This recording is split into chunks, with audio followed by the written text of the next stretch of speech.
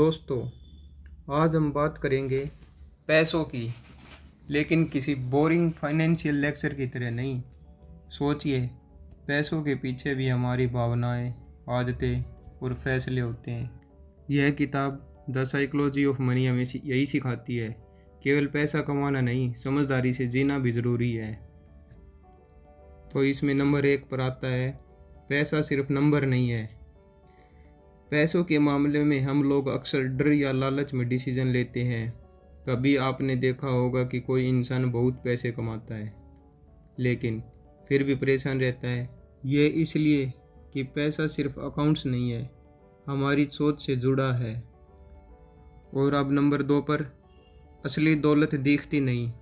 कई बड़े लोग बड़े घर, कार या फ़ोन देखकर सोचते हैं कि ये इंसान अमीर है, लेकिन असली अमीरी वो है जो आपके पास छिपी हुई है, सेविंग और निवेश में होती है। इसलिए सेविंग और निवेश को ही अपनी असली दौलत माना जाता है।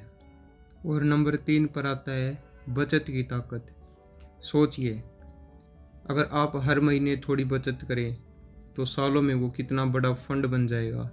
किताब का सबसे बड़ा मैसेज है, कमाई से ज़्यादा बचत मायने रखती है। नंबर 4 पर आता है कंपाउंडिंग का जादू। कंपाउंडिंग एक ऐसा पॉइंट है जो हमारी सेविंग्स को ग्रो करता रहता है। यहाँ छोटे निवेश लंबा खेल खेलता है।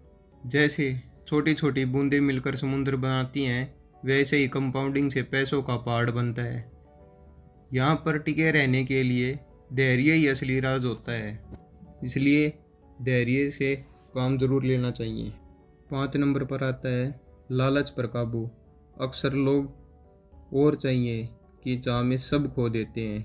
असली गेम यह है कि कब रुकना है, कैसे रुकना है, किस प्रकार अपने आप को कंट्रोल किया जाए, यह जानना बहुत ही आवश्यक है। और नंबर 6 पे आता है एक इंटरेस्टिंग फैक्ट, किस्मत। कई बार मेहनत और स्मार्ट प्लानिंग काम नहीं करती, क्योंकि टाइमिंग और किस्मत भी बड़ी भूमिका निभाती है। इसलिए दूसरों से तुलना मत करो, अपने रास्ते पर ध्यान दो, अपनी मेहनत पर विश्वास रखो और आगे बढ़ते रहो। और नंबर 7 पर आता है असली आज़ादी। असली अमीरी का मतलब सिर्फ बैंक बैलेंस नहीं, बल्कि अपना समय अपने हिसाब से जीना है। कैसे अपने समय का मालिक बना जाए और उस समय में फ्यूचर की प्लानिंग की जाए। जिस प्रकार पैसा हमें फाइनेंशियली फ्रीडम देता है, यही सबसे बड़ी दौलत होती है। और अब नंबर 8 पॉइंट पर आता है भविष्य अनिश्चित है। भविष्य के बारे में सब कुछ नहीं पता, इसलिए निवेश में हमेशा सुरक्षा मार्जिन रखना ज़रूरी है। और सारे पैसे एक जगह नहीं लगाने चाहिए, हमें इनका कुछ हिस्सा अलग अलग जगह पर इन्वेस्ट करना चाहिए, जिससे हमारा भविष्य सिक्योर हो सके। और नंबर 9 पॉइंट पर आता है पैसा खुशी नहीं, सुरक्षा देता है। पैसा खुशी सीधे नहीं देता, लेकिन तनाव कम करता है और आपको सुरक्षा महसूस कराता है। असली खुशी रिश्तों और जीवन में संतोष में है, न कि बैंक बैलेंस को बढ़ाने में। रिश्तों के बिना बैंक बैलेंस हमारे किसी काम का नहीं होता। और अब आखिरी पॉइंट है गलतियों से सीखना।